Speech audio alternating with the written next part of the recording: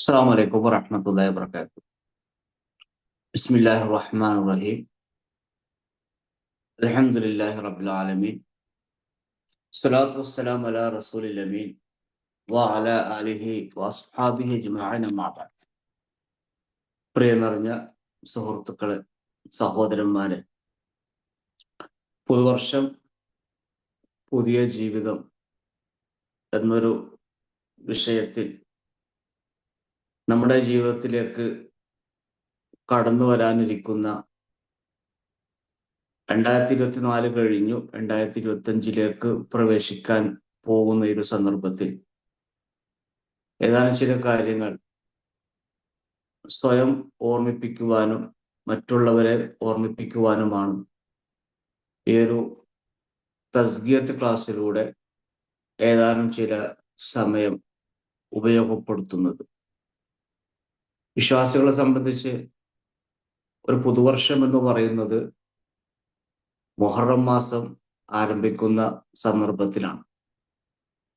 എന്നാൽ പൊതുവെ നമ്മുടെ കലണ്ടറിൽ ഒരു വർഷം തീരുമ്പോൾ സ്വാഭാവികമായും ലോകം മനസ്സിലാക്കുന്നത് പോലെ ഒരു വർഷം തികയുന്ന ഒരു സന്ദർഭം മൊത്തത്തിൽ ഒരു വർഷം അവസാനിക്കുന്നു എന്ന നിലക്കാണ് നമ്മൾ ഈ സമയത്തെ പുതുവർഷം എന്നതുകൊണ്ട് ഉദ്ദേശിക്കുന്നത്.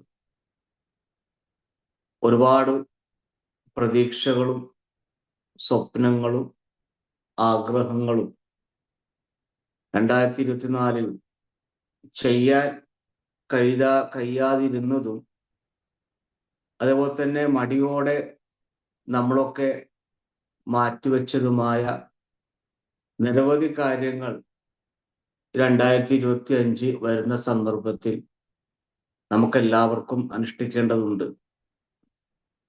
അതോടൊപ്പം 2024 കഴിയാൻ പോകുന്ന ഈ ഒരു സന്ദർഭത്തിൽ നമ്മുടെ കൂട്ടത്തിൽ നിന്നും മരണപ്പെട്ടു പോയ ആളുകളുണ്ട്.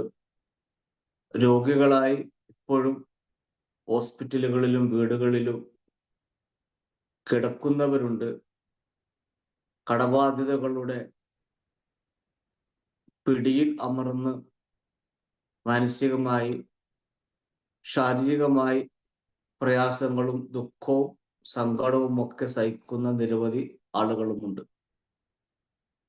ഇവിടെയൊക്കെ നമ്മൾ മനസ്സിലാക്കിയിരിക്കേണ്ട വളരെ പ്രധാനപ്പെട്ട ഒരു കാര്യം, ഇനി വരാനിരിക്കുന്ന 2025 കഴിഞ്ഞതെല്ലാം ആലോചിച്ച് വേവലാതിപ്പെട്ട് പരാതിയും പരിഭവവും ഒക്കെയായി ഒരു പുതിയ വർഷത്തിലേക്ക് നമ്മൾ ആരും പ്രവേശിക്കരുത് എന്നാണ് ആമുഖമായി എന്നോടും നിങ്ങളോടും പറയാനുള്ളത്. മറിച്ച് കഴിഞ്ഞു പോയതിൽ നിന്നെല്ലാം നമ്മൾ പാഠം ഉൾക്കൊള്ളാൻ നമുക്ക് സാധിക്കണം. വർഷത്തിൽ കഴിഞ്ഞ നിമിഷങ്ങളിൽ എവിടെയൊക്കെയാണ് നമുക്ക് വീഴ്ചകൾ സംഭവിച്ചത്, നമുക്ക് എവിടെയൊക്കെയാണ് തെറ്റുകൾ പറ്റിയിട്ടുള്ളത്, നമുക്കെവിടെയാണ് പതർച്ച സംഭവിച്ചിട്ടുള്ളത് എന്നതിനെ സംബന്ധിച്ചൊക്കെ ഒരാലോചന, ഒരു പുനർവിചിന്തനമാണ് നമ്മൾ നടത്തേണ്ടത്. അല്ലാതെ അങ്ങനെ സംഭവിച്ചല്ലോ, ഇനിയിപ്പോ എന്ത് ചെയ്യും, 2025 2024 പോലെ ആകുമോ എന്നുള്ളൊരു ബേജാറോ ടെൻഷനോ വിഷമമോ പ്രയാസമോ ഒരിക്കലും നമ്മൾ ഒരു പുതുവർഷത്തിലേക്ക് പ്രവേശിക്കുന്ന സന്ദർഭത്തിൽ ആ പ്രശ്നങ്ങളുമായി നമ്മൾ ഒരിക്കലും കടക്കുവാൻ പാടില്ല. നമ്മൾ മനസ്സിലാക്കിയിരിക്കേണ്ട വളരെ പ്രധാനപ്പെട്ട ഒരു കാര്യം, മനുഷ്യ പ്രകൃതി എന്ന് പറയുന്നത് എപ്പോഴും മാറിക്കൊണ്ടിരിക്കുന്നതാണ്. സങ്കടങ്ങളല്ല, സന്തോഷങ്ങളല്ല, അതേപോലെ തന്നെ ദുഃഖങ്ങളും വിഷമങ്ങളുമല്ല, അതൊക്കെയും ഓരോ ദിവസവും മാറിയും മറിഞ്ഞുകൊണ്ടിരിക്കും. ഇന്ന് ആരോഗ്യമാണെങ്കിൽ നാളെ രോഗാവസ്ഥയായിരിക്കും.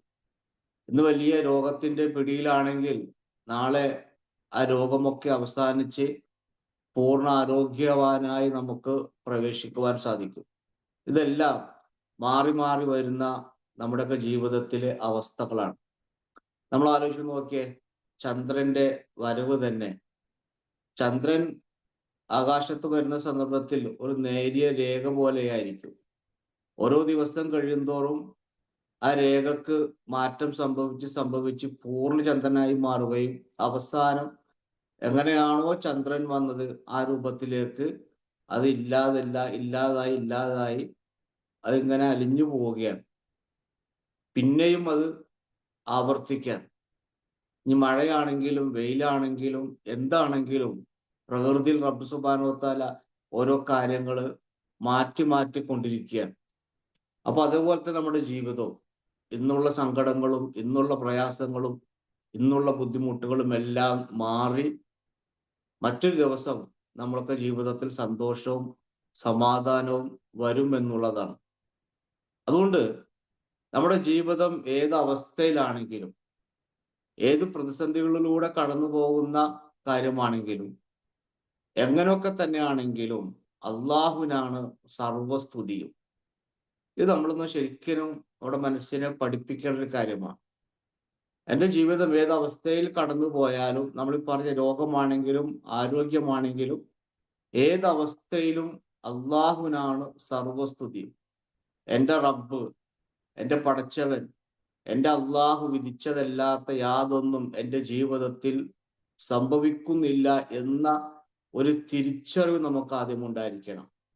റബ്ബ് സുബ്ഹാനഹു വ തആല വിശുദ്ധ ഖുർആനിൽ സൂറ അൻആമിലെ 59-ാമത്തെ ആയത്തിൽ പറയുന്നുണ്ട്, വഇൻദഹു മഫാത്തിഹുൽ ഗൈബി, അവന്റെ അടുക്കലാണ് അദൃശ്യങ്ങളുടെ താക്കോലുകൾ. ലാ യഅലമുഹാ ഇല്ലാ ഹുവ, ആ അദൃശ്യങ്ങളെ സംബന്ധിച്ച് അവനല്ലാതെ വേറെ ആർക്കും ഒരു വിവരവുമില്ല. വയഅലമു മാ ഫിൽ ബർരി വൽ ബഹർ, കരയിലും കടലിലുമുള്ള മുഴുവൻ കാര്യങ്ങളെ സംബന്ധിച്ചും അവൻ അറിയുന്നു. എത്രത്തോളം? വമാ തസ്ഖുതു മിൻ വർഖത്തിൻ ഇല്ലാ യഅലമുഹാ, ഒരു ഇല വീഴുന്നത് പോലും അവന്റെ അറിവ് കൂടാതെയല്ല. എന്ന് പറഞ്ഞാൽ ഈ ലോകത്ത് ഏതെങ്കിലും ഒരു സ്ഥലത്ത് ഒരു ചെറിയ ഇല വീണാൽ പോലും അത് റബ്ബ് സുബ്ഹാനഹു വ തആല അറിയുന്നുണ്ട്. വല ഹബ്ബത്തിൻ ഫി ദുൽമാത്തിൽ അർളി, ഭൂമിയിലെ ഇരുട്ടുള്ള ആ ഒരു സന്ദർഭത്തിൽ പോലും ഭൂമിയിലെ ദുൽമാത്തിൽ ഒരു ഹബ്ബ, ഒരു ധാന്യം, അതുപോലും വലാ റതബിൻ വലാ യാബിസിൻ, അത് ഉണങ്ങിയതോ പച്ചയോ ആകട്ടെ, ഇല്ലാ ഫി കിതാബിൻ മുബീൻ, അവന്റെ ഗ്രന്ഥത്തിൽ വ്യക്തമായി എഴുതി രേഖപ്പെടുത്തി വെക്കപ്പെട്ട അവന്റെ ഗ്രന്ഥത്തിലുള്ള ഒരു കാര്യമാണ്. നാം ആലോചിച്ച് നോക്കൂ, ഈ അദൃശ്യ കാര്യത്തെ സംബന്ധിച്ച് മുഴുവനും അറിയുന്നത് റബ്ബ് സുബ്ഹാനഹു വ തആലയാണ്. അവൻ അറിയാതെ ഈ പ്രപഞ്ചത്തിൽ യാതൊന്നും സംഭവിക്കുന്നില്ല. അതുകൊണ്ട് നമ്മുടെ ജീവിതത്തിൽ സംഭവിക്കുന്ന ഏതൊരു കാര്യം അത് പടച്ചതമ്പുരാൻ നേരത്തെ തീരുമാനിച്ചു വെച്ച കാര്യമാണ്. അതിൽ യാതൊരു മാറ്റവും ഉണ്ടാവുകയില്ല. ആ ഒരു അറിവ്, ആ ഒരു തിരിച്ചറിവ് ആദ്യമായിട്ട് നമുക്കുണ്ടായിരിക്കണം. പ്രിയമുള്ള സഹോദരങ്ങളെ, അള്ളാഹുവിന്റെ തീരുമാനമില്ലാതെ യാതൊന്നും എൻ്റെ ജീവിതത്തിൽ സംഭവിക്കുന്നില്ല. അതുകൊണ്ട് ആ റബ്ബാണ് എൻ്റെ ജീവിതത്തെ തീരുമാനിച്ചിട്ടുള്ളത്. അതിനാൽ എല്ലാ കാര്യവും എനിക്ക് റബ്ബിനോടാണ് ചോദിക്കാനുള്ളത്. രണ്ടാമതായി മനസ്സിലാക്കേണ്ടതാണ്, അള്ളാഹുവാണ് സൃഷ്ടിച്ചത്, അള്ളാഹുവാണ് പരിപാലിച്ചു കൊണ്ടിരിക്കുന്നത്. റബ്ബറിയാതെ എൻ്റെ ജീവിതത്തിൽ യാതൊന്നും സംഭവിക്കുന്നില്ല എന്നൊരു തിരിച്ചറിവുണ്ടായി കഴിഞ്ഞാൽ അങ്ങനെയുള്ള ആ റബ്ബിനോടായിരിക്കണം നമ്മുടെ എല്ലാ ആവശ്യങ്ങളും, നമ്മുടെ എല്ലാ വേദനകളും, നമ്മുടെ എല്ലാ പ്രതിസന്ധികളെ സംബന്ധിച്ചും എല്ലാ സങ്കടങ്ങളും എല്ലാ ദുഃഖങ്ങളും, അത് രോഗാവസ്ഥയിലും ആരോഗ്യാവസ്ഥയിലും ഏത് സന്ദർഭത്തിലും അങ്ങനെയുള്ള റബ്ബിനോട് മാത്രമായിരിക്കണം നമ്മുടെ ചോദ്യങ്ങളെല്ലാം ഉണ്ടായിരിക്കേണ്ടത്. അബ്ദുല്ലാഹി ഇബ്നു അബ്ബാസ് റളിയല്ലാഹു അൻഹു ചെറിയ കുട്ടിയായ സന്ദർഭത്തിൽ പ്രവാചകന്റെ കൂടെ ഒരു യാത്രയിലായിരുന്നു, വാഹനപ്പുറത്തായിരുന്നു. ആ സന്ദർഭത്തിൽ അള്ളാഹുവിന്റെ പ്രവാചകൻ സ്വല്ലല്ലാഹു അലൈഹി വസല്ലമ അദ്ദേഹത്തിന് നൽകിയ ഒരു വസിയത്തുണ്ട്. അത് അദ്ദേഹത്തിന് മാത്രം നൽകിയ വസിയത്തല്ല, മറിച്ച് പ്രവാചകൻ സ്വല്ലല്ലാഹു അലൈഹി വസല്ലമയുടെ മുഴുവൻ ഉമ്മത്തിനും നൽകിയ ഒരു വസിയത്താണത്. ആ വസിയത്തിൽ പറയുന്നുണ്ട്, ഇദാ സഅൽത ഫസ്അലില്ല, നീ ചോദിക്കുകയാണെങ്കിൽ അത് അള്ളാഹുവിനോട് ചോദിക്കണം. വൈദസ്തഅൻത ഫസ്തഇൻ ബില്ലാഹ്. നീ സഹായം അർത്ഥിക്കുകയാണെങ്കിൽ, നീ സഹായം അഭ്യർത്ഥിക്കുകയാണെങ്കിൽ, നീ അള്ളാഹുവിനോട് മാത്രമായിരിക്കണം നിന്റെ സഹായങ്ങൾ ചോദിക്കേണ്ടത്. ആ ഹദീസിന്റെ ആ സ്ട്രക്ചർ നമ്മളൊന്ന് ആലോചിച്ച് നോക്കിയാൽ, അതിന്റെ ഘടന നോക്കും നമ്മൾ സഹോദരങ്ങളെ. എന്തുകൊണ്ടാണ് അള്ളാഹുവിനോട് മാത്രമാണ് ചോദിക്കേണ്ടത്, അള്ളാഹുവിനോട് മാത്രമായിരിക്കണം സഹായം അഭ്യർത്ഥിക്കേണ്ടത്? എന്തുകൊണ്ടാണെന്ന് ചോദിച്ചാൽ അതിന്റെ കാരണം ആ ഹദീസിൽ തന്നെ രണ്ടാം പാർട്ടായി വരുന്നുണ്ട്. വഅലം, ഇതാണ് കാര്യം, വേറൊന്നുമല്ല. വഅലം, നീ അറിയണം, നീ മനസ്സിലാക്കി വെക്കണം. അന്നൽ ഉമ്മത ലൗ ഇജ്തമഅത് അലാ അൻ യൻഫഉക ബിശൈഇൻ ഖദ് കതബല്ലാഹു ലക. അതാണ് കാരണം. ഈ സമൂഹം മുഴുവനും, എല്ലാവരും ഒന്നൊഴികെ എല്ലാവരും നിനക്ക് വേണ്ടി ഒരു ഉപകാരം ചെയ്യാൻ തീരുമാനിക്കാൻ, അത് അള്ളാഹു എന്താണോ തീരുമാനിച്ചിട്ടുള്ളത് അതിനപ്പുറം എവിടെ സംഭവിക്കാൻ വേണ്ടി പോകുന്നില്ല. അതുകൊണ്ടാണ് അള്ളാഹുവിനോട് ചോദിക്കണമെന്ന് പറയാൻ കാരണം.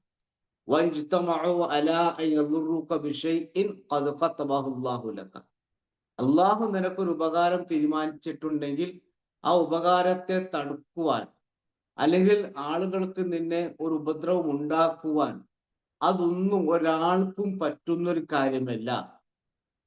കാരണം റുഫിഅത്തിൽ അഖ്ലാം, പേനകൾ ഉയർത്തപ്പെട്ടു കഴിഞ്ഞിരിക്കാൻ,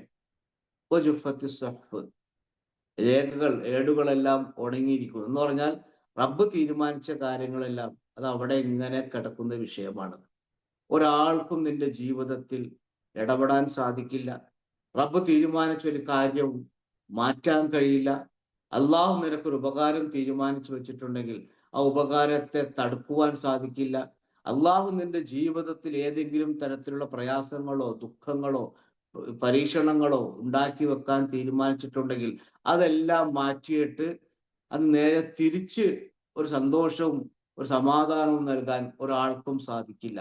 അതുകൊണ്ടാണ് ഈ ഹദീസിന്റെ തുടക്കത്തിൽ പറഞ്ഞത്, ഇദാ സഅൽത ഫസ്അലില്ലാഹ് വഇദാ ഇസ്തഅൻത ഫസ്തഇൻ ബില്ലാഹ്.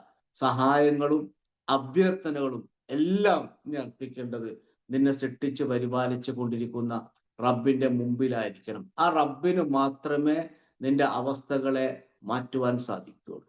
ഇത് നാം മനസ്സിലാക്കി കഴിഞ്ഞാൽ ആ ചോദ്യം എങ്ങനെയായിരിക്കണമെന്ന് അള്ളാഹുവിന്റെ ഖുർആൻ വളരെ കൃത്യമായി പറയുന്നുണ്ട്. പടച്ചവനോട് ചോദിക്കേണ്ട രീതി അതെങ്ങനെയാണെന്ന് ഞാനും നിങ്ങളും ഒന്ന് പഠിച്ച് മനസ്സിലാക്കി വെക്കണം. നമുക്കറിയാം, എപ്പോൾ ചോദിച്ചാലും പടച്ചതമ്പുരാൻ കേൾക്കും, പടച്ചതമ്പുരാൻ ഉത്തരം നൽകും. പടച്ചതമ്പുരാൻ നമ്മുടെ സഹായങ്ങൾക്ക് നമ്മൾ അർഹനാണോ എന്ന് പരിശോധിച്ചിട്ട് അതിന് കൃത്യമായിട്ടുള്ള നമ്മുടെ ജീവിതത്തിൽ മാറ്റങ്ങൾ തരും.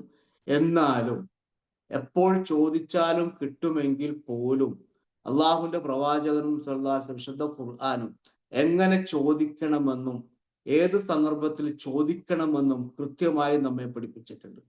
സൂറത്തു സജ്ദ 32-ാമത്തെ സൂക്തമാണ്. 16-ാമത്തെ ആയത്തിൽ അള്ളാഹ് പറയുന്നൊരു വാക്കുണ്ട്, തതജാഫാ ജുനൂബുഹും അനിൽ മദാജിഇ. അത് അള്ളാഹുവിന്റെ ആയത്തുകൾ വിശ്വസിക്കുന്ന ആൾക്കാരുടെ ഗുണങ്ങളെ സംബന്ധിച്ച് പറയുന്ന ആയത്തിലാണ് ആ വിഷയം പറയുന്നത്. അവരുടെ പാർശ്വഭാഗങ്ങൾ കിടപ്പ് സ്ഥാനങ്ങളിൽ നിന്ന് അകന്നു പോകുന്നതാണ് എന്ന് പറഞ്ഞാൽ രാത്രിയിൽ എഴുന്നേൽക്കുന്ന ആളുകളാണ്. അവരെന്താണ് ചെയ്യുന്നത്? അവരെങ്ങനെയാണ് ചോദിക്കുന്നത്? അള്ളാഹുവിനോട് ചോദിക്കുമ്പോൾ നാം സ്വീകരിക്കേണ്ട ഒരു നിലപാട് ഇങ്ങനെയായിരിക്കണം. രാത്രിയായിരിക്കണം നാം അള്ളാഹുവിനോട് കൂടുതൽ ചോദിക്കേണ്ടത്. രാത്രിയിലെ ചോദ്യങ്ങൾക്ക് പ്രത്യേകമായ ഒരു സ്ഥാനമുണ്ട്, പ്രത്യേകമായ പരിഗണന ഉണ്ടായിരിക്കും. അതുകൊണ്ട് നിങ്ങൾ രാത്രി എഴുന്നേറ്റ് കൊണ്ട് റബ്ബിനോട് ചോദിക്കണം. ആ ചോദിക്കേണ്ട രീതി ഖൗഫൻ വതമഅൻ, ഭയമുണ്ടായിരിക്കണം, പ്രതീക്ഷയുണ്ടായിരിക്കണം. പഠിച്ചവനെ, അള്ളാഹുവെ, എൻ്റെ കർമ്മങ്ങൾ, എൻ്റെ ആരാധനകൾ, എൻ്റെ ഇബാദത്തുകൾ പഠിച്ചവനെ നീ സ്വീകരിക്കുമോ എന്നുള്ള ഒരാശങ്ക, ഒരു ഭയം ഉണ്ടായിരിക്കണം. അതോടൊപ്പം അള്ളാഹു സജ്ജനങ്ങൾക്ക് നൽകപ്പെടുന്ന പ്രതിഫലം അതെനിക്ക് നൽകാതിരിക്കില്ല. എൻ്റെ പ്രാർത്ഥന റബ്ബ് സുബ്ഹാനഹു വ തആല സ്വീകരിക്കാതിരിക്കില്ല. എൻ്റെ ചോദ്യം എൻ്റെ റബ്ബ്, എൻ്റെ റഹ്മാനായ കാരുണ്യവാനായ സ്നേഹനിധിയായ ഈ പ്രപഞ്ചത്തെ പരിപാലിച്ചു കൊണ്ടിരിക്കുന്ന, ആകാശത്തെ താങ്ങി ഭൂമിയിലേക്ക് വീഴാതെ എല്ലാവിധ പരിരക്ഷണവും നൽകിക്കൊണ്ടിരിക്കുന്ന എൻ്റെ റബ്ബ് ഞാൻ ചോദിക്കുന്ന ചോദ്യങ്ങൾക്ക് ഉത്തരം തരാതിരിക്കില്ല എന്ന പ്രതീക്ഷയും എന്ന ആശയും ത്വമഉം നമുക്കുണ്ടായിരിക്കണം. ഇതാണ് പ്രിയമുള്ള സുഹൃത്തുക്കളെ, സഹോദരന്മാരെ, 2025 വരുന്ന സന്ദർഭത്തിൽ നമ്മുടെ മനസ്സിനെ നമ്മൾ പഠിപ്പിക്കേണ്ട വളരെ പ്രധാനപ്പെട്ട ഒരു കാര്യം. എല്ലാ ചോദ്യങ്ങളും റബ്ബിനോടായിരിക്കണം. ആ ചോദ്യത്തിന്റെ രീതി പരമാവധി നാം രാത്രി സമയത്ത് എഴുന്നേറ്റ് പ്രാർത്ഥിച്ചുകൊണ്ട് ഖൗഫും ഭയപ്പാടോടെയും അതുപോലെ തന്നെ പ്രതീക്ഷയോടെയും നമുക്ക് റബ്ബിനോട് ചോദിക്കുവാൻ സാധിക്കണം. റബ്ബ് നമുക്ക് തീർച്ചയായിട്ടും തരാതിരിക്കില്ല. മൂന്നാമതായി നമ്മൾ മനസ്സിലാക്കേണ്ടത്, നമ്മുടെ ആയുസ് പ്രിയമുള്ളവരെ തീർന്നുകൊണ്ടിരിക്കുകയാണെന്ന വിചാരമാണ്. ഓരോ നിമിഷവും നമുക്ക് ആ വിചാരം ഉണ്ടായിരിക്കണം. നമുക്കറിയാം, ഒരു വർഷം എന്ന് പറയുന്നത് 365 ദിവസമാണ്. അതിലെ ഒരു ദിവസം എന്ന് പറയുന്നത് 24 മണിക്കൂറാണ്. ഒരു മണിക്കൂർ എന്ന് പറയുന്നത് 60 മിനിറ്റാണ്. നമ്മൾ പലപ്പോഴും ഒരു വർഷം കഴിയുമ്പോഴാണ് ആയുസ് മാറി എന്ന് പറയുന്നത്, അല്ലേ? അങ്ങനെയല്ല. ഒരു വർഷത്തിൽ 365 ദിവസം ഉണ്ടെങ്കിൽ ഒരു ദിവസം 24 മണിക്കൂറാണെങ്കിൽ ഒരു മണിക്കൂർ 60 മിനിറ്റ് ആണെങ്കിൽ പ്രിയമുള്ളവരെ, നമ്മുടെ ആയുസ്സിൽ നിന്നും ഓരോ മിനിറ്റ് ഓരോ സെക്കൻഡുകളും ഇങ്ങനെ മാറി മാറിക്കൊണ്ടിരിക്കുകയാണ്, തീർന്നുകൊണ്ടിരിക്കുകയാണ്. അള്ളാഹുലേക്ക് നാം അടുത്തുകൊണ്ടിരിക്കുകയാണ്. ഖബറിലേക്ക് നാം സാവകാശം നടന്നു പോയിക്കൊണ്ടിരിക്കുകയാണ്. പ്രിയമുള്ളവരെ, ആയുസ്സിനെ ഫലപ്രദമായി നമുക്ക് ഉപയോഗപ്പെടുത്തുവാൻ സാധിക്കണം. ബുദ്ധിപൂർവം അള്ളാഹു നമുക്ക് നൽകിയ ആയുസ്സിനെ നമുക്ക് കൈകാര്യം ചെയ്യുവാൻ സാധിക്കണം. തിരിച്ചു കിട്ടാത്ത, റബ്ബ് നമുക്ക് നൽകിയിട്ടുള്ളതിൽ ഏറ്റവും വലിയ നിഅമത്തായ ആയുസ് നമുക്ക് ഒരിക്കലും തിരിച്ചു കിട്ടാൻ വേണ്ടി പോകുന്നില്ല. ഇന്ന് 29 ആണെങ്കിൽ നമ്മുടെ ജീവിതത്തിലെ ഡിസംബറിലെ ഏക 29 ഇതാണ്. ഇന്ന് ഈ സമയം, ഇവിടെ സൗദി സമയം 4:20 ആണ്. നമ്മുടെ ജീവിതത്തിലെ 4:20 എന്ന് പറയുന്ന ഈ സമയം ഇനി നമ്മുടെ ജീവിതത്തിലേക്ക് തിരിച്ചു വരാൻ വേണ്ടി പോകുന്നില്ല. നാളത്തെ 4:20 അത് നമ്മുടെ ജീവിതത്തിലെ ഒരു പുതിയ സമയമാണ്. ഓരോ നിമിഷവും അത് പുതുതായി അള്ളാഹു നമുക്ക് നൽകിയ ആയുസ്സാണെന്നുള്ള തിരിച്ചറിവാണ് പ്രിയമുള്ളവരെ നമുക്ക് മൂന്നാമതായി ഉണ്ടാകേണ്ടത്. 2025 നമുക്കൊരു പ്ലാൻ ഉണ്ടാക്കാൻ സാധിക്കണം. ഓരോ ദിവസവും ചെയ്യേണ്ട അമലുകൾ, ഓരോ ദിവസവും ചെയ്യേണ്ട നമ്മുടെ പ്രവർത്തനങ്ങൾ രേഖപ്പെടുത്തിയിട്ട് ഒരു പ്ലാൻ നമുക്ക് ഉണ്ടാക്കി വെക്കണം. രാവിലത്തെ ദുആ, രാവിലത്തെ ദിക്റുകൾ, ഖുർആൻ പാരായണം, വീട്ടിൽ നിന്ന് ഇറങ്ങുമ്പോൾ ചൊല്ലേണ്ട പ്രാർത്ഥന, അതേപോലെ തന്നെ വാഹനത്തിൽ കയറുന്ന സന്ദർഭത്തിൽ നമ്മൾ നടത്തേണ്ട പ്രാർത്ഥന, ഇതെല്ലാം എങ്ങനെയായിരിക്കണം, ഏത് സമയത്തായിരിക്കണം എന്നുള്ളൊരു പ്ലാനിങ് നമുക്ക് ഇനിയുള്ള ദിവസങ്ങളിൽ ഉണ്ടാക്കി വെക്കുവാൻ സാധിക്കണം. എന്നിട്ട് എന്താ ചെയ്യേണ്ടത്? അത് ഖുർആൻ കൃത്യമായി നമ്മളെ അറിയിച്ച കാര്യമാണ്. സൂറത്ത് ആലി ഇംറാനിലെ 159 ആയത്ത്, ഫൈദാ അസംത, ഒരു കാര്യം നീ തീരുമാനിച്ചു കഴിഞ്ഞാൽ, ഒരു കാര്യം നീ പ്ലാൻ ആക്കി വെച്ചു കഴിഞ്ഞാൽ പിന്നെ എന്ത് ചെയ്യണം? ഫതവക്കൽ അലല്ലാ, ആ നീ തീരുമാനിച്ച പ്ലാൻ, നീ തീരുമാനിച്ച പദ്ധതി, അതെന്താണ് വേണ്ടത്? ഫതവക്കൽ അലല്ലാ, അള്ളാഹുവിനെ കേൾപ്പിക്കണം. നമുക്ക് പ്ലാൻ ഉണ്ടാക്കാനേ കഴിയുള്ളൂ, നമുക്ക് പദ്ധതി ഉണ്ടാക്കുവാനേ സാധിക്കുകയുള്ളൂ. അതെല്ലാം നടത്തി തരുന്നതിന് അള്ളാഹുവിന്റെ തൗഫീഖ് നമുക്കുണ്ടായിരിക്കണം. ആ തൗഫീഖിന് വേണ്ടി ഫതവക്കൽ അലല്ലാ, നിന്റെ എല്ലാ പ്ലാനും നിന്റെ എല്ലാ പദ്ധതിയും അള്ളാഹുവിൽ സമർപ്പിക്കണം. കാരണം എന്താ? ഇന്നല്ലാഹ യുഹിബ്ബുൽ മുതവക്കിലീൻ, അള്ളാഹു സുബ്ഹാനഹു വ തആല അള്ളാഹുവിൽ സമർപ്പിക്കുന്നവനെ, അള്ളാഹുവിനെ ഏൽപ്പിക്കുന്ന ആളുകളെ പെരുത്തിഷ്ടമാണ്, അള്ളാഹ്ക്ക് വലിയ ഇഷ്ടമാണ്. ആ ഒരു പ്ലാൻ അള്ളാഹുവിന് മുമ്പിൽ സമർപ്പിച്ചുകൊണ്ട്, അള്ളാഹുവെ ഇന്നിന്ന കാര്യങ്ങളെല്ലാം ഞാൻ ചെയ്യാൻ തീരുമാനിച്ചിട്ടുണ്ട്, അതിൽ നിന്റെ സഹായം, നിന്റെ ഉദവി, നിന്റെ തൗഫീഖ് റബ്ബെ എനിക്ക് ഇനി നൽകണമേ എന്നുള്ള പ്രാർത്ഥനാ മനസ്സോടുകൂടി നമ്മുടെ പ്ലാൻ അള്ളാഹുവിന്റെ മുമ്പിൽ നമുക്ക് സമർപ്പിക്കുവാൻ സാധിക്കണം. മരണശേഷമുള്ള ജീവിതത്തിന് വേണ്ടി, മരണശേഷമുള്ള ജീവിതത്തിന് വേണ്ടി ഈ ആയുസ്സിനെ ശരിയായ മാർഗത്തിൽ ഉപയോഗപ്പെടുത്തുന്നവൻ തന്നെയാണ് പ്രിയമുള്ളവരെ ബുദ്ധിയുള്ള ആളുകൾ. അള്ളാഹുവിന്റെ ഖുർആനിലും പ്രവാചകൻ സല്ലല്ലാഹു അലൈഹി ഹദീസിലും ഒക്കെ ഈ ബുദ്ധിയുള്ള ആളുകൾ എന്നൊക്കെ പറയുന്ന ഈ ആയത്തും ഹദീസും ഒക്കെ കാണുമ്പോൾ നമ്മളൊന്ന് പരിശോധിക്കണം. ആരാണ് യഥാർത്ഥത്തിൽ ബുദ്ധിയുള്ള ആൾ? നബി സ്വല്ലല്ലാഹു അലൈഹി വസല്ലം പറഞ്ഞു, അൽ കയ്യിസ്, ബുദ്ധിയുള്ള ആൾ എന്ന് പറഞ്ഞാൽ അത് ആണും പെടും പെണ്ണും പെടും. മൻ ദാന നഫ്സഹു, സ്വന്തം ശരീരത്തെ, സ്വന്തം ആത്മാവിനെ ആത്മപരിശോധനക്ക് വിധേയമാക്കുന്നവനാണ് ബുദ്ധിയുള്ളവൻ. എന്നിട്ട് അവൻ എന്താ ചെയ്യുന്നത്? വഅമില ലിമാ ബഅദൽ മൗത്ത്, വഅമില ലിമാ ബഅദൽ മൗത്ത്, മരണത്തിന് വേണ്ടി, പാരത്രിക ജീവിതത്തിന് വേണ്ടി പ്രവർത്തനങ്ങൾ ചെയ്യുന്നവനാണ് പ്രിയമുള്ളവരെ ബുദ്ധിയുള്ള മനുഷ്യൻ എന്ന് പറയുന്നത്. അല്ലാതെ ഒച്ചപ്പാടും ബഹളവും ഒക്കെ കാണിച്ച് റീൽസ് ഒക്കെ എടുത്ത് ആളുകളെ വിനോദത്തിലേക്കാക്കി അഫലത്തിന്റെ വഴിയിലേക്ക് തള്ളിവിട്ട് കണ്ടതിന്റെയും കേട്ടതിന്റെയും ഒക്കെ പിന്നാലെ പോയി മസലും കാണിച്ച് ബ്യൂട്ടി പാർലറിലും പോയി അങ്ങനെ അടിച്ചു പൊളിച്ച് ജീവിക്കുന്ന ആളുകളെ സംബന്ധിച്ച് നമുക്ക് പറയാറുണ്ട് എന്ത് ബുദ്ധിയുള്ളവനാണെന്നല്ലേ. അല്ല, ബുദ്ധിയുള്ളവെന്ന് പറയുന്നത് ഈ പറഞ്ഞതുപോലെ നാളെ പരലോകത്തേക്ക് വേണ്ടി കർമ്മങ്ങൾ ചെയ്യുന്നവനും ആത്മപരിശോധന നടത്തുന്നവനാണ് അൽ ഖയ്യിസ് എന്ന് പറഞ്ഞാൽ. വൽ ആജിസ്, ബുദ്ധിശൂന്യൻ ആരാണ്? ഖയ്യിസിന് നേരെ ഓപ്പോസിറ്റാ. അവൻ ആരാണ്? മൻ അത്ബഅ നഫ്സഹു ഹവാഹ, എല്ലാത്തിൻ്റെയും പിന്നിൽ അവന്റെ ദേഹം എന്താണോ പറയുന്നത്, അവൻ എന്താണോ ഇച്ഛിക്കുന്നത്, ആ ഇച്ഛയുടെ പിന്നാലെ സഞ്ചരിക്കുന്നവനാണ്, ഇച്ഛയെ പിൻപറ്റുന്നവനാണ് ആജിസ് എന്ന് പറയുന്നത്. അശക്തൻ, ബുദ്ധിയില്ലാത്തവൻ. വതമന്ന അലല്ലാഹ്, എല്ലാ തോന്നിവാസിയും കാണിക്കും, എല്ലാ തെറ്റുകളും ചെയ്യും, എല്ലാ കുറ്റങ്ങളും പാപങ്ങളും എല്ലാ തെമ്മാടിത്തരും ചെയ്യും.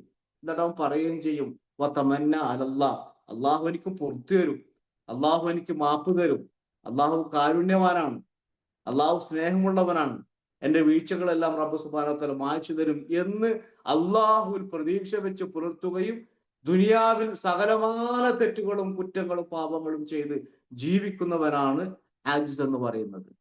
ഈ ആയുസ് നമുക്ക് ഓർമ്മ വരും പ്രിയമുള്ളവര്. നമ്മൾ നഷ്ടപ്പെടുത്തിക്കൊണ്ടിരിക്കുന്ന ഓരോ നിമിഷവും ഉണ്ടല്ലോ, ആ നിമിഷത്തെ സംബന്ധിച്ച് നമുക്ക് തികഞ്ഞ ബോധ്യമുണ്ടായിരിക്കും.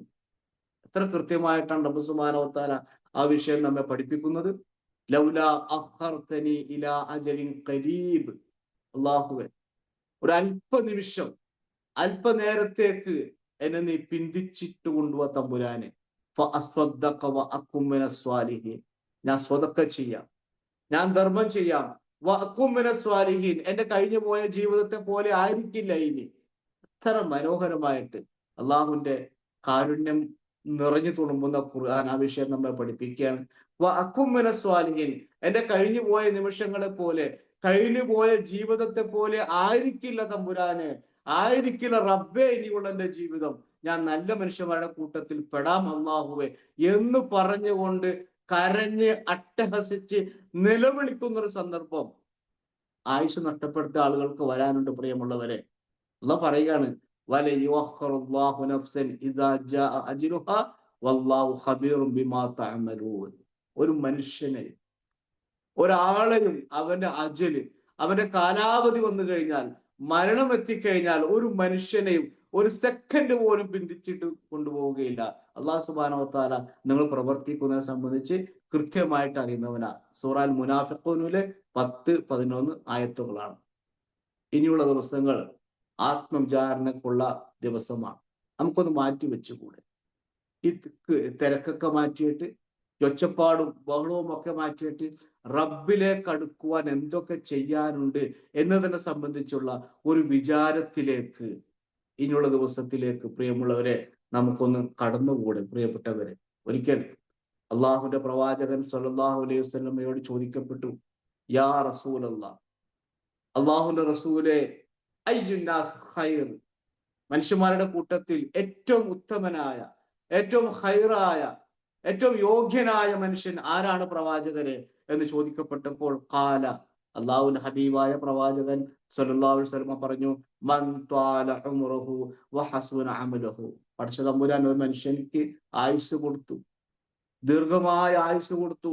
വഹസുന അമലുഹു, എന്നിട്ട് ആയുസ്സിൽ അവൻ എന്താണ് ചെയ്തത്? അവന്റെ കർമ്മങ്ങൾ അവൻ നന്നാക്കി. വീണ്ടും ചോദിച്ചു പ്രവാചകൻ സ്വല്ലല്ലാഹു അലൈഹി വസല്ലമയോട്, പ്രവാചകരെ ഫഅയ്യുന്നാസ് ഷർറ്, മനുഷ്യരുടെ കൂട്ടത്തിൽ ഏറ്റവും മോശപ്പെട്ട ആളുകൾ ആരാണ്? പ്രവാചകര്. നബി സ്വല്ലല്ലാഹു അലൈഹി വസല്ലം കൊടുത്ത മറുപടി മൻ ത്വാല ഉംറുഹു, ഇവനിക്കും കിട്ടി കുറെ ആയുസ്, ഇവനും കിട്ടി കുറെ ജീവിക്കാനുള്ള സന്ദർഭങ്ങൾ. പക്ഷെ വസാഅ അമലുഹു, അവന്റെ ആയുസ് അവൻ എന്താണ് ചെയ്തത്? അവന്റെ പ്രവർത്തനങ്ങളെല്ലാം അവൻ മോശമാക്കി. ഈ പറഞ്ഞ പോലെ എല്ലാത്തിന്റെയും പിന്നാലെ പോയി അവന്റെ ആയുസ്സിനെ അവൻ നഷ്ടപ്പെടുത്തിയവനാ.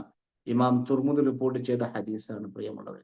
ഹാപ്പി ന്യൂ ഇയർ വരാനിരിക്കുന്നു, ആഘോഷമാണ്, ഘോഷയാത്രയാണ്, ഡാൻസ് ആണ്, കൊട്ടും മേളവുമാണ്, പ്രച്ഛന്ന വേഷമാണ്, ആട്ടും പാട്ടവും ഒക്കെ ഒരു ഭാഗത്ത് നടക്കുന്ന സന്ദർഭത്തിൽ റബ്ബ് നമുക്ക് നൽകിയ അനുഗ്രഹങ്ങളെ, കാണാനുള്ള കണ്ണു നൽകിയ, കേൾക്കാനുള്ള കേൾവി ശക്തി നൽകിയ, സംസാരിക്കാനുള്ള നാവ് നൽകിയ, എല്ലാം കനിഞ്ഞരുകിയ അള്ളാഹു സുബ്ഹാനഹു തആലയുടെ മുഴുവൻ നിഅമത്തുകളെയും കാറ്റിൽ പറത്തുന്ന നിമിഷങ്ങളാണ് ചിലരുടെ ജീവിതത്തിലൊക്കെ കടന്നു വരാൻ വേണ്ടി പോകുന്നത്. എന്തൊരു അക്രമമാണ് നമ്മുടെ നാട്ടിലൊക്കെ നടന്നുകൊണ്ടിരിക്കുന്നത്. ഇങ്ങനെയാണോ ഒരു മുസ്ലിം ഇത്തരം പരിപാടികളെല്ലാം പ്രിയമുള്ളവരെ പങ്കെടുക്കാൻ പാടുണ്ടോ? ചർച്ചകളാണ്. പാപ്പാത്തിനെ എന്ത് ചെയ്യണം? കത്തിക്കാൻ പാടുണ്ടോ? കത്തിക്കാൻ പാടില്ലേ? വലിയ ജനാവലി, ഫോർട്ട് കൊച്ചി പോലെയുള്ള നമ്മുടെയൊക്കെ നാട്ടിലൊക്കെ ജനാവലി തടിച്ചു കൂടുന്ന സന്ദർഭത്തില് അതെന്താണ് ചെയ്യേണ്ടത്? എങ്ങനെയാണ് കൈകാര്യം ചെയ്യേണ്ടത്? നമ്മളൊന്നും അവിടെ പോയി നിൽക്കേണ്ട ആളുകളല്ല. അവിടെ നമ്മളെ കാണാൻ പാടില്ല. 5 നേരം പള്ളിയിൽ പോകുന്ന ആളുകളെ, അള്ളാഹുവിനെ മാത്രം വിളിച്ച് പ്രാർത്ഥിക്കുന്ന ആളുകളെ, സുന്നത്ത് അനുധാവനം ചെയ്യുന്ന ആളുകളെ, ഖുർആൻ പാരായണം ചെയ്യുന്ന ആളുകളെ, ദുആ ദിക്റുകളെല്ലാം എടുക്കുന്ന ആളുകളെ അത്തരം വേളകളിൽ, അത്തരം സദസ്സുകളിൽ കാണാൻ പാടില്ല. അത്തരം ജാഥകളിൽ കാണാൻ പാടില്ല. അത്തരം കോമാളിത്തരം നടന്നുകൊണ്ടിരിക്കുന്ന കാഴ്ചകൾ കാണാൻ വേണ്ടി നമ്മുടെ ഉമ്മമാര് പോകാൻ പാടില്ല, നമ്മുടെ പെങ്ങന്മാര് പോകാൻ പാടില്ല, നമ്മുടെ ഭാര്യമാര് പോകാൻ പാടില്ല, നമ്മളെ മക്കളെ പറഞ്ഞു വിടാൻ പാടില്ല. നമുക്കൊരു ഇസ്സത്തുണ്ട്, നമുക്ക് പ്രതാപമുണ്ട്, നമ്മൾ മുസ്ലിങ്ങളാണ്. നമ്മൾ മറ്റുള്ളവരെ പോലെ ഒന്നല്ല പ്രിയമുള്ളവരെ. നമ്മൾ മുസ്ലിങ്ങളാണ്, നമ്മൾ ഖൈർ ഉമ്മത്താണ്, ഉത്തമരായ സമൂഹമാണ്, പ്രവാചകന്റെ അനുയായികളാണ്, ഖുർആന്റെ ആളുകളാണ്. നമ്മൾ സ്വർഗത്തിലേക്ക് വേണ്ടി സൃഷ്ടിക്കപ്പെട്ട മനുഷ്യന്മാരാണ്. അങ്ങനെയുള്ള നമ്മളെ അത്തരം വേദിയിൽ കാണാൻ പാടില്ല, അത്തരം വീതികളിൽ കാണാൻ പാടില്ല, അത്തരം സദസ്സുകളിൽ കാണാൻ പാടില്ല. നമ്മളെ കാണേണ്ടത് ഉത്തമമായ സദസ്സുകളിലാണ്. നമ്മളെ കാണേണ്ടത് അള്ളാഹുവിനെ പറ്റി പറയുന്ന സദസ്സുകളിലാണ്. നമ്മളെ കാണേണ്ടത് ഖുർആൻ പഠന സദസ്സുകളിലാണ്, വൃത്തികെട്ട സദസ്സുകളിലല്ല. ആണും പെണ്ണും അഴിഞ്ഞാടുന്ന ജാഥകളിലും കരഘോഷയാത്രകളിലും ഡാൻസും പാട്ടും കൂത്തുമൊക്കെ നിറഞ്ഞു വിളഞ്ഞാടുന്ന രംഗങ്ങളിലോ സദസ്സുകളിലോ അല്ല എന്നെയും നിങ്ങളെയും നമ്മുടെ ഭാര്യമാരെയും മക്കളെയും കാണേണ്ടത് സഹോദരന്മാരെ. അവസാനിപ്പിക്കുകയാണ്. ഇതൊക്കെ നമ്മൾ മനസ്സിലാക്കുമ്പോൾ നമ്മൾ പ്രതീക്ഷയുള്ളവരായിരിക്കണം. അള്ളാഹുവിന്റെ കാരുണ്യം, അള്ളാഹുവിന്റെ റഹ്മത്ത്, അള്ളാഹുവിന്റെ ഫള്, അള്ളാഹുവിന്റെ തൗഫീഖ് നമുക്കുണ്ടാകും. ഒരു ഉറപ്പാണ്, തീർച്ചയാണ്. ഇൻഷാ അല്ലാഹ് നമുക്ക് പ്രതീക്ഷ ഉണ്ടാകണം. കഴിഞ്ഞ ദിവസത്തെ ജീവിതം പോലെയല്ല. നമ്മുടെ സങ്കടങ്ങളൊക്കെ മാറും, നമ്മുടെ രോഗം അത് മാറിക്കിട്ടും, നമ്മുടെ ദുഃഖങ്ങളൊക്കെ മാറിക്കിട്ടും. എത്ര വലിയ കടബാധ്യതയുണ്ടെങ്കിലും, താങ്ങാൻ പറ്റാത്ത ജീവിത പ്രതിസന്ധികളും പരീക്ഷണമൊക്കെ ഉണ്ടെങ്കിലും റബ്ബ് സുബ്ഹാനഹു വ തആല ഒക്കെ നമുക്ക് മാറ്റിത്തരും. നമുക്ക് തികഞ്ഞ ഒരു പ്രതീക്ഷ നമുക്ക് പ്രിയമുള്ളവരെ ഉണ്ടായിക്കൊണ്ടിരിക്കണം. അള്ളാഹുവിന്റെ ഖുർആൻ എത്ര മനോഹരമായിട്ടാണ് സൂറത്ത് യൂസുഫിൽ 87-ാമത്തെ ആയത്തിൽ പറയുന്നത്, വലാ തൈഅസൂ മിൻ റൗഹില്ലാ, അള്ളാഹുവിൽ നിന്നുള്ള ആശ്വാസത്തെ പറ്റി നിങ്ങൾ നിരാശപ്പെടരുത്. എന്തൊരു മനോഹരമായ, എന്തൊരു ബ്യൂട്ടിയുള്ള ആയത്താണ്. നമ്മളതൊക്കെ ഒന്ന് പാരായണം ചെയ്യണം കേട്ടോ. കേവലം പാരായണമല്ല. ആ മാനുവൽ തഫ്സീറൊക്കെ എടുത്ത് നോക്കിയിട്ട് യൂസുഫ് നബി ഇസ്ലാമിന്റെ ചരിത്രമൊക്കെ, യൂസുഫ് നബി ഇസ്ലാമിന്റെ ചരിത്രം 12-ാമത്തെ സൂറത്ത്, 12 മക്കളുണ്ട്, 12-ാമത്തെ സൂറത്ത്. എത്ര മനോഹരമായിട്ടാണ് ആദ്യം മുതൽ അവസാനം വരെ ആ ചരിത്രം വിവരിച്ചു പോരുന്നത്. എത്ര മനോഹരമായ പാഠമാണ് പ്രിയമുള്ളവരെ സൂറ യൂസുഫില് അടങ്ങിയിട്ടുള്ളത്. അവിടെ പറഞ്ഞ ആയത്ത അള്ളാഹുവിന്റെ ആശ്വാസത്തെ പറ്റി നിങ്ങൾ ഒരിക്കലും നിരാശപ്പെടാൻ പാടില്ല കേട്ടോ. നമ്മൾ പതിവാക്കേണ്ട ഒരു പ്രാർത്ഥനയുണ്ട്.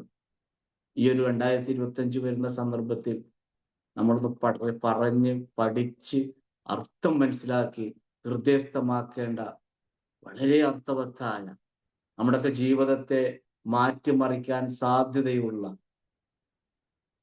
നമ്മുടെയൊക്കെ ജീവിതത്തിന്റെ അടിമുടി മാറ്റാൻ സാധ്യതയുള്ള വളരെ ബ്യൂട്ടി ആയിട്ടുള്ള, വളരെ ഭംഗിയുള്ള, വളരെ ഹൃദയസ്പർക്കായ ഒരു പ്രാർത്ഥന അള്ളാഹുവിന്റെ ഹബീബായ പ്രവാചകൻ സുൽദാസ് നമ്മെ പഠിപ്പിച്ചു.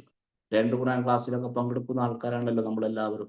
ചോദിച്ച് പഠിക്കണം നമ്മളെ ഉസ്താക്കന്മാരോട് ആ പ്രാർത്ഥനയുടെ അർത്ഥവും അതിന്റെ വാക്കുകളെല്ലാം. അള്ളാഹുവിന്റെ ഹബീബായ പ്രവാചകൻ സുൽദാസ് പ്രാർത്ഥിച്ചു, അള്ളാഹുവെ അള്ളാഹുമ്മ അള്ളാഹുവെ അസ്ലിഹ് ലീ ദീനി അല്ലദീ ഹുവ ഇസ്മത്തു അംരി. റബ്ബേ, എൻ്റെ ദീനിനെ നീ നന്നാക്കി തരണം അള്ളാഹുവെ. കാരണം ദീനാണ് എല്ലാ കാര്യത്തിന്റെയും കടിഞ്ഞാണ്.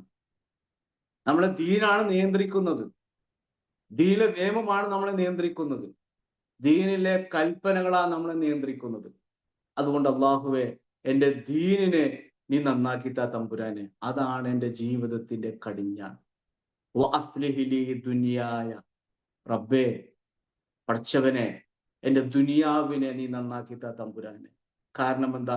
അല്ലത്തി ഫിഹ മആശി. എൻ്റെ മഈശത്ത്, എൻ്റെ കുടുംബം, എൻ്റെ മക്കള്, ഭാര്യ, ഭർത്താവ്, എൻ്റെ ജീവിത സന്തോഷങ്ങൾ, അതെല്ലാം അല്ലാഹുവേ എൻ്റെ മഈശത്ത്, അത് ദുനിയാവിലാണ് തമ്പുരാനെ. അതുകൊണ്ട് എൻ്റെ ദുനിയാവിനെ നീ നന്നാക്കി താ തമ്പുരാനെ. പഠിച്ചവനെ, വഅസ്ലിഹ് ലീ ആഖിറതി ഫിഹാ മആദി. എൻ്റെ മടക്കം അല്ലാഹുവേ അത് പരലോകത്തേക്കാണ്. അതുകൊണ്ട് തമ്പുരാനെ, പഠിച്ചവനെ, കരുണാനിധിയായ അള്ളാഹുവെ, എൻ്റെ ആഖിറം, ഞാൻ മടങ്ങിച്ചേരേണ്ട ആഖിറം അള്ളാഹുവെ എനിക്ക് നീ നന്നാക്കി താ തമ്പുരാനെ. വജഅലിൽ ഹയാത സിയാദത്തൻ ലി ഫീ കുല്ലി ഖൈർ. സുബ്ഹാന. എൻ്റെ എൻ്റെ എൻ്റെ ഈ ഹയാത്തുണ്ടല്ലോ, എൻ്റെ ജീവൻ, എൻ്റെ ഇവിടുത്തെ ജീവിതം, അതിൽ അള്ളാഹുവെ എല്ലാ കാര്യത്തിലും സിയാദത്ത്, എല്ലാ കാര്യത്തിലും, എല്ലാ ഹൈറിലും സിയാദത്ത്. ഹൈറും ഹൈറല്ല ചോദിക്കുക, ഹൈറ് മാത്രമല്ല ചോദിക്കുന്നത്, ആ ഹൈറിൽ അള്ളാഹുവെ എല്ലാ വിധത്തിലുമുള്ള സിയാദത്ത്. നീ എനിക്ക് എന്ത് ഹൈറാണോ തരാൻ തീരുമാനിച്ചിട്ടുള്ളത്, ആ ഹൈറിൽ എല്ലാ വിധത്തിലുമുള്ള സിയാദത്ത് പഠിച്ചവനെ നൽകണം തമ്പുരാനെ. എന്നിട്ടോ വജഅലിൽ മൗത റാഹത്തൻ ലീ മിൻ കുല്ലി ശർ. എല്ലാ ഷർറിൽ നിന്നും, എല്ലാ പ്രയാസങ്ങളിൽ നിന്നും, എല്ലാ ബുദ്ധിമുട്ടുകളിൽ നിന്നും ആശ്വാസം നൽകുന്ന എൻ്റെ മരണം അത് റാഹത്താക്കി മാറ്റണേ തമ്പുരാനെ. പഠിച്ചവനെ, ദുനിയാവ് ഒരു ബുദ്ധിമുട്ടും ഷെറും പരീക്ഷണവും ഒക്കെ ആയിരുന്നല്ലോ. അതോടുകൂടിയല്ല ഞാൻ പഠിച്ചവനിലേക്ക് മടങ്ങി പോകേണ്ടത്. ഞാൻ റബ്ബിലേക്ക് പോകുന്ന സന്ദർഭത്തിൽ മലക്കുൽ മൗത്ത് എൻ്റെ ആത്മാവിനെ സ്വീകരിക്കുന്ന സമയത്ത്, ആകാശ ലോകത്തേക്ക് എൻ്റെ ആത്മാവിനെ കൊണ്ടുപോകുന്നതിന് മുമ്പായിട്ട്, മരിക്കാൻ കിടക്കുന്ന സമയത്ത്, എല്ലാവരും കാണിക്കെ ഞാൻ മരിക്കാൻ കിടക്കുന്ന സന്ദർഭത്തിൽ എനിക്ക് ഇവിടുന്ന് മരിച്ചു പോകേണ്ടത് അല്ലാഹുവേ റാഹത്തോടു കൂടി ആയിരിക്കണം. അല്ലാഹുവേ സമാധാനത്തോടെ, സന്തോഷത്തോടെ, യാ അയ്യത്തുഹൻ നഫ്സുൽ മുത്മഇന്ന ഇർജിഇ ഇലാ റബ്ബികി റാദിയത്തുൻ മർദിയ ഫദ്ഖുലി ഫീ ഇബാദി വദ്ഖുലി ജന്നത്തി. അർത്ഥം പറയേണ്ട ആവശ്യം നമുക്ക് എല്ലാവർക്കും അറിയാമല്ലോ. അങ്ങനെയുള്ള റാഹത്തായ ഒരു മരണം അല്ലാഹുവേ നീ എനിക്ക് താ തമ്പുരാനെ. പഠിച്ചവനെ, ഇമാം മുസ്ലിമും അബൂ ഹുറൈറയിൽ നിന്നും ഉദ്ധരിക്കുന്ന ഹദീസാണ്. അവസാനിപ്പിച്ചു. അതുകൊണ്ട് പ്രിയമുള്ളവരെ, നമുക്ക് പ്രതീക്ഷ ഉണ്ടാവണം, നമുക്ക് സന്തോഷം ഉണ്ടാവണം. സങ്കടങ്ങളൊക്കെ പോകും, ദുഃഖങ്ങളൊക്കെ പോകും, എല്ലാം പഠിച്ചവൻ മാറ്റിത്തരും ഇൻഷാ അല്ലാഹ്, ഉറപ്പാണ്. ഞാൻ പറഞ്ഞ കാര്യങ്ങൾ ഒന്നും കൂടി ചുരുക്കി പറയാം. കഴിഞ്ഞതോർത്ത് നമ്മൾ ഒരിക്കലും ദുഃഖിക്കാൻ പാടില്ല, മറിച്ച് അതിൽ നിന്ന് പാഠം ഉൾക്കൊള്ളുക. രണ്ടാമതായി നമ്മൾ പറഞ്ഞത്, റബ്ബിനോട് മാത്രം നാം നിരന്തരമായി ചോദിച്ചു കൊണ്ടിരിക്കുക. അത് ചോദിക്കാനുള്ള ഏറ്റവും പറ്റിയ സന്ദർഭം രാത്രിയുടെ അന്ത്യാമത്തിലാണ്. ഖൗഫ് ഉണ്ടായിരിക്കുക, ഭയപ്പാടോടു കൂടിയും ആഗ്രഹത്തോടു കൂടിയും പ്രാർത്ഥിക്കുക. മൂന്നാമതായി നമ്മൾ പറഞ്ഞത്, ആയുസ് അത് തീർന്നുകൊണ്ടിരിക്കുകയാണ്. അത് നമുക്ക് എപ്പോഴും ഓർമ്മ വേണം. ഒരാത്മവിചാരണ എല്ലാ നിമിഷവും നമ്മുടെ മനസ്സിലേക്ക് കടന്നു വരണം. അവസാനമായി പറഞ്ഞ ഈ ഒരു പ്രാർത്ഥന, ഇതൊക്കെ ആയിട്ടായിരിക്കണം പ്രിയമുള്ളവരെ ഒരു പുതിയ വർഷത്തിലേക്ക് നമുക്ക് കടക്കുവാൻ സാധിക്കേണ്ടത്. അല്ലാഹു സുബ്ഹാനഹു വ തആല കഴിഞ്ഞു പോയ പാപങ്ങളും തെറ്റുകളും കുറ്റങ്ങളുമെല്ലാം പുറത്തു മാപ്പാക്കി തരികയും സങ്കടങ്ങളിൽ നിന്ന്, ദുഃഖങ്ങളിൽ നിന്ന്, വേദനകളിൽ നിന്നെല്ലാം പടച്ച തമ്പുരാൻ നമുക്ക് ആശ്വാസം നൽകുകയും നാളെ പരലോകത്ത് ജന്നാത്തുൽ ഫിർദൗസിൽ നമ്മളെല്ലാവരെയും ഒരുമിച്ച് കൂട്ടുകയും ചെയ്യുമാറാകട്ടെ. റബ്ബന ആതിന ഫിദ്ദുനിയ ഹസന വഫിൽ ആഖിറതി ഹസനതൻ വഖിന അദാബന്നാർ വആഖിറു ദഅവാന അനിൽ ഹംദുലില്ലാഹി റബ്ബിൽ ആലമീൻ. അസ്സലാമു അലൈക്കും വറഹ്മത്തുള്ളാഹി വബറകാതുഹു.